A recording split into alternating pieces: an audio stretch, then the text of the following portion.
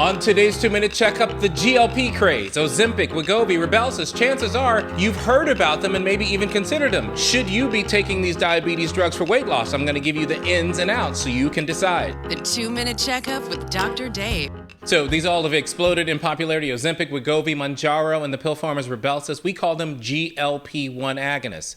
What it is an analog of something your body naturally makes called GLP. And GLP has a number of effects, but it mainly has an effect to increase the secretion of insulin and pull sugar out of the bloodstream. So it sort of makes sense that this was initially designed as a diabetes medicine. But when the trial showed that people were losing significant amounts of weight, it was then later approved in a separate trial for obesity in people who are overweight. So here's how the GLPs work. In addition to their ability to clear glucose out of the bloodstream and therefore take it out of place so that it doesn't get stored as fat, it also increases the metabolism so that even at rest, you're breaking down more calories. It also reduces the amount of energy that is absorbed from the food by slowing down what we call gastric emptying. So food doesn't get into the intestine where it's absorbed as quickly, and you limit the amount that is stored as fat.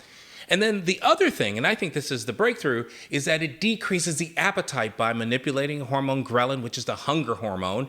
But it also has direct central nervous system effects to make you feel full faster. The average change in body weight after starting this trial and only going for 68 weeks was about 15%. So a 200-pound person would lose about 30 pounds. So the question is, should we be using them for weight loss? And the answer is yes, if you would fit into the trial. By that I mean obese with a BMI over 30 or overweight with a BMI over 27, but one of the other conditions like high blood pressure, high blood sugar, or high blood cholesterol. If you do not fit those criteria, we do not have support that this medication would get that kind of result for you and do it safe. The flip side to this, the side effects can be quite considerable for some. The stomach issues that occur, nausea, vomiting, stomach pain, constipation, and diarrhea. Some patients will go on to develop pancreatitis, which is inflammation of the pancreas. Others will develop problems with the gallbladder. These are not trivial, so that if you do not fit into the criteria of this trial, I would advise you not to take these medicines for weight loss. If you do fit these criteria, you could stand to benefit